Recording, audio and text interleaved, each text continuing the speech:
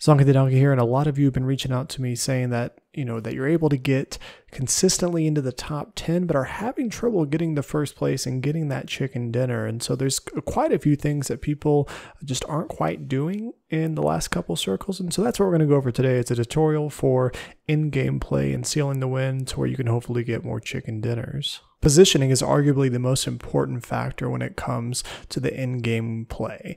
And there's a couple different ways you can approach this. Number one, what I most typically often do is to play the edge of the circle often as the next zone is closing in. So in this example, as the zone's moving in, I'm then choosing to start to go into the new zone.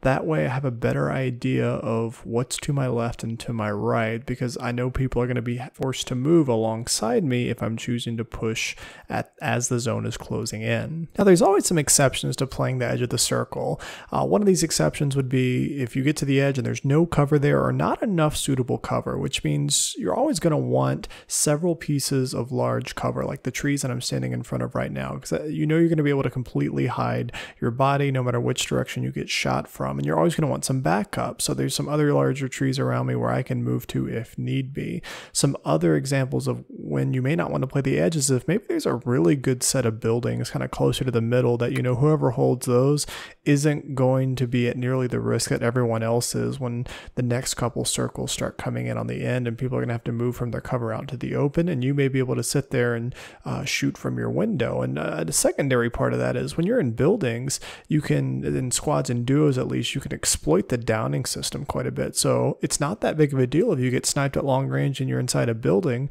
because they're not going to be able to finish the kill about 95% of the time unless they're inside the building with you. So you can just get picked up again. One strategy a lot of high-level players are implementing is something known as a few different things, but I refer to it as sweeping the edge, and that's the edge of the circle.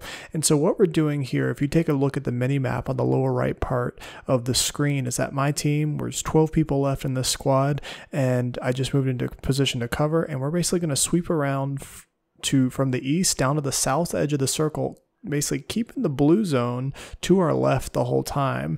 And this is going to do a few different things for us. This is going to give us a lot of information, number one, which is probably one of the most important things. And so by basically running around essentially a quarter of the entire circle, we're going to definitively know whether anyone else is behind us or on our flanks or anything else like that. And it's going to tell us where enemies might be as well, because if we know someone's not here in this whole quarter, we can reasonably say that whole side is secure, and we can focus our efforts elsewhere in terms of where we're facing. Because if we were just to run straight in a circle, we'd have a lot of question marks all over the place where, oh, there could be guys, to our left, or we just kind of ran past. They could be running in behind the zone as well. Now, to add on to the recon portion of this, when you're in squads especially, you need to try and gather as much info as you can. So when you hear audio cues, like when you hear a gunfight, you need to follow the kill feed and try and make a reasonable guess as to how many people may be involved in that fight. If you see 4 people get knocked down, chances are, there are probably at least 3 to 4 enemies engaging them. So you can say, okay, well, if there's only 12 people left, 8 people are all over there, and in this general direction. And so you can make some reasonable assumptions based on that of where you can go, where may be a better place, where you can set up ambushes, and use that information to your advantage. And so you're always going to want to keep a track of how many people are left alive in relation to how many you guys have left in your own team, and make good decisions from there. One of the next things to consider is when to shoot your weapon and when it's a good idea to, really, because there's a lot of things to consider before you shoot. Is number one, you're always going to reveal your position. So whether you're in a solo or duo or squad, the level of risk kind of increases as you go up. If you're in a solo and you think you can take an easy shot on someone in a window like in here, and you can kill them in one shot, it's not that big of a deal, and you can move on from there. But like for what just happened, where this is a squad match and I knocked a guy out in a window, so we just revealed our position on this hilltop here, and all we really got for it was a knockout. And so I may have popped his helmet, may have to use a med, but he's going to get picked up because I can't kill him in that building from the angle I had right there, at least. So remember that downing system, you're not going to accomplish a lot when you're attacking people in buildings. Now, to expand on the downing system in the end game a little bit more, there's a very careful balance of when to pick up your teammates and when to let them die. Some of the things you need to consider are how much time is left until the next circle moves and whether you're in the circle or not, and if you're not, how deep you are in the danger zone, essentially, of when you're going to get hit by that zone. You'll probably die within a few seconds because the damage is so great.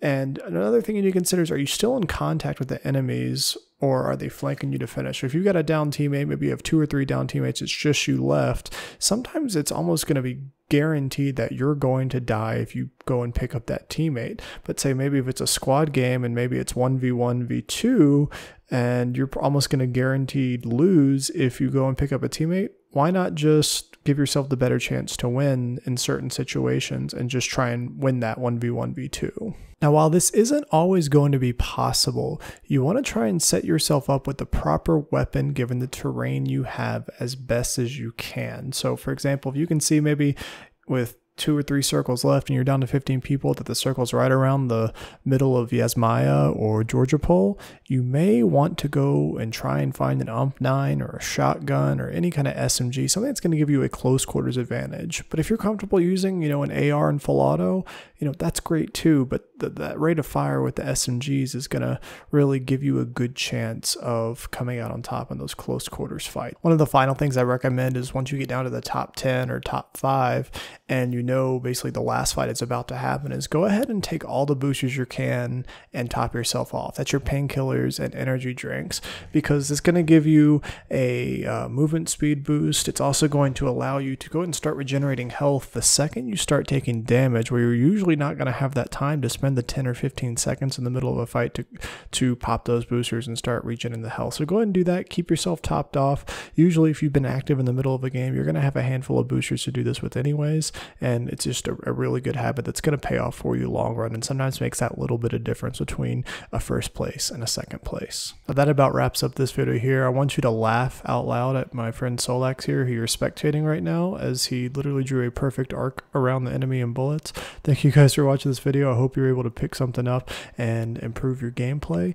Please leave me a comment and join the Discord that's in the description. We got pickup games going around the clock. We got about 1,200 people in there right now, and it's a really great community. So see you guys around.